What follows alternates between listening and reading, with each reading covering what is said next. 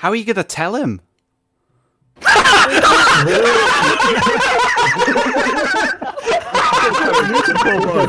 no. Summer child. Oh, Kirsty. Sweet summer child.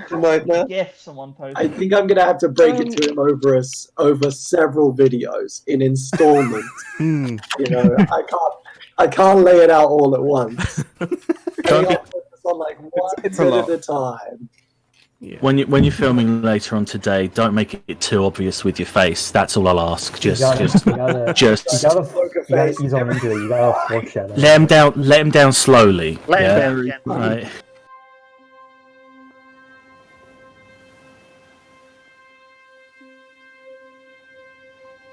In the 1630s, the Tokugawa shogunate locked down all of Japan's borders to protect against Catholic missionaries, which they saw as a form of colonization.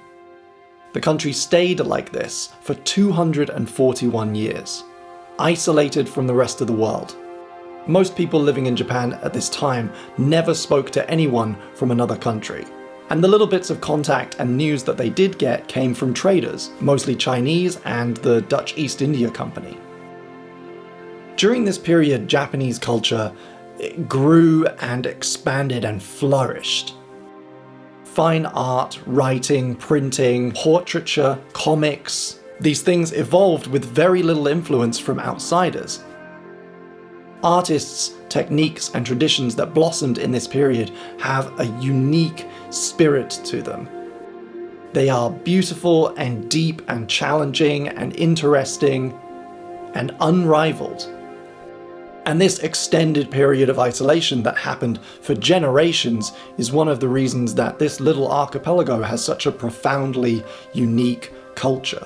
You look at Japanese art and you know what it is, and you know when something has been inspired by Japanese art. It was also still basically medieval Japan. There was a lot of death and disease and sadness and hunger and poverty and a kind of feudal system that kept the people in power at the top. It worked both ways, right? If you lived in Japan, you couldn't go anywhere. You weren't allowed. Literally, it was illegal for you to go elsewhere. You couldn't explore. You couldn't learn about the world. You weren't allowed. You probably didn't have the means anyway. Not good. Not a great time. Generally speaking, not a great time for like human happiness and health and prosperity. Beautiful, yes, but also very stressful.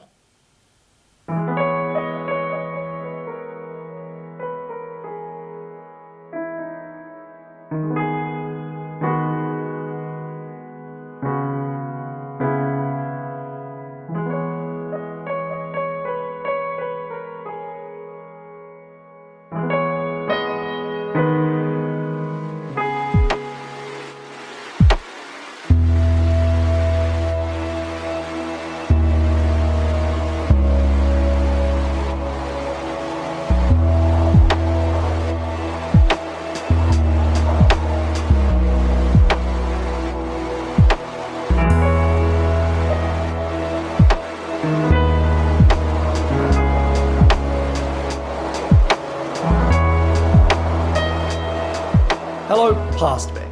Ooh, I almost said it wrong, but I didn't. Hello, past Bing. The reason I bring up this story is that 2020 was a year of isolation, enforced solitude. I am here in January 2021 under a second emergency lockdown in the United Kingdom as a result of the novel coronavirus COVID-19 pandemic. You don't know what I'm talking about, and that's fine.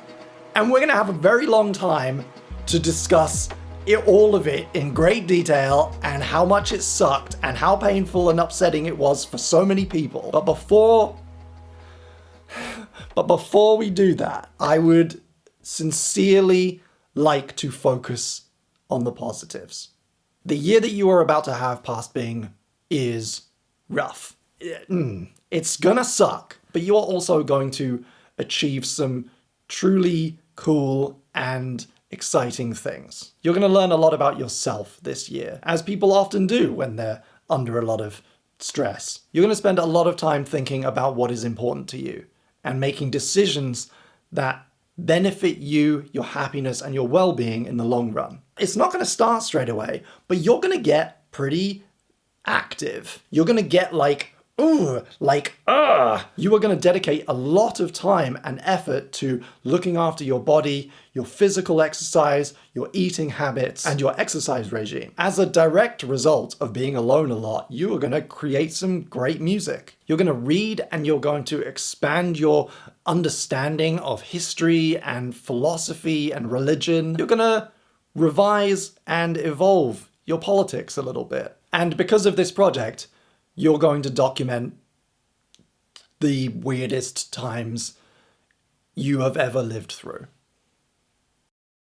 Yesterday was the 17th of January, which means it was the beginning of PBFB. I uploaded your video and it went live at midnight. We had a midnight release. It was really fun. I hung out with some people on Discord voice chat in the server, and we counted down to midnight and then we watched the video together. And either side of that, I took questions about everything, but mostly about this project. It was really cool to spend time with people who enjoy my videos, catch up with some friends as well as some fans that I've known for a long time. And then I had a relatively peaceful, quiet Sunday. I caught up with some work on my own. I tidied around the house. I did some chores, and in the evening I hosted Matt and Katy, who are the only friends who kind of physically exist in my universe right now. They're my support bubble. Again, we're going to get into the terminology. You don't know what that means yet. We have a standing Sunday tradition that we go to each other's houses and we watch Battlestar Galactica, which is one of my favorite shows. I've seen it loads of times before. They've never watched it. So we're slowly watching through it. We're in season 2. Boomer just shot the old man. You know, it's great stuff. It was my turn to host yesterday and I decided to make bolognese.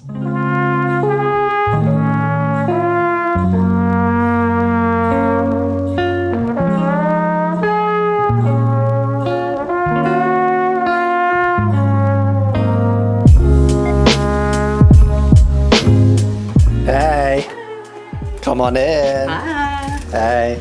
They're strictly conforming to support bubble rules. This Yes. is fine. Yeah. You're my Well, I'm glad I picked the one person I have to say. you're my buble. Like Matt and I were just saying, it's really hard.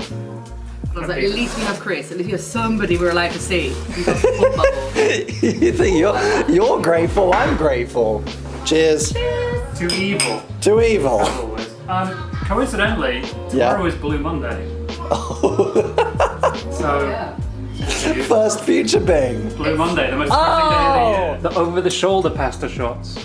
The under-the-shoulder pasta shots. While that was bubbling away, we played a game of Pandemic. Yes, I realise the symbolism. And we lost. Again, very good symbolism. We You're lost. so angry because if we cleared the rest. I am angry because if you clear the rest, it wouldn't be an issue. But you can't second guess these things. I'm blaming you. if I'd not come over here, then we would have had a bunch Let's of put it this outbreaks way. over this side. Let's put it this way. If red had been sorted out, then blue wouldn't be a problem. What a great metaphor. And then before I knew it, I was alone in my apartment again. I'd like to respond to a few things that you said in your video.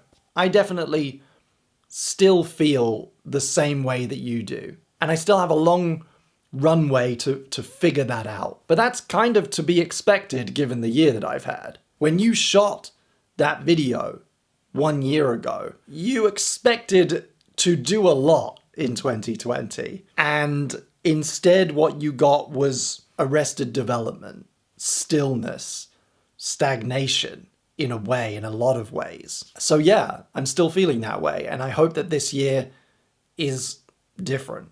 I hope that this year sees an improvement to the global situation that allows me to travel in a responsible and ethical way. I have tried some new things, not as many as I had hoped, obviously, but they're there. Disconnecting from social media. You mentioned disconnecting from social media. Yeah, that was a really good idea. That was a very good idea right up until I was no longer able to see people in the real world.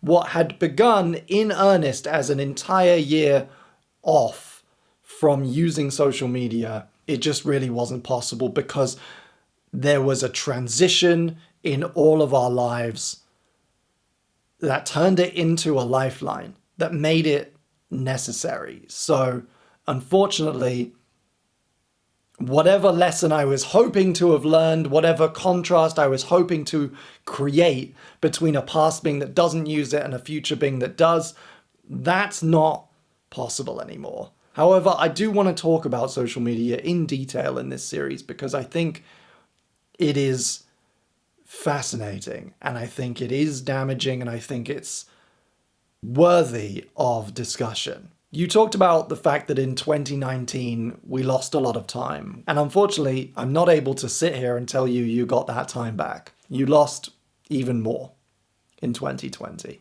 If time can be treated as a commodity, and I'm not sure that's appropriate or fruitful really, I think it's safe to say a lot of it was lost last year, taken away from us by situations outside of our control, squandered in selfish moments of self-pity, or spent in a worthwhile way, but not on the things that we wanted. This year does feel different. I am a different person. I still don't know who that person is, necessarily. And I am starting my own canvas from scratch again. And I am truly feeling hopeful. But boy, howdy, are you in for a ride past being fuck! Oh, he doesn't know. Oh, the boy doesn't stand a chance!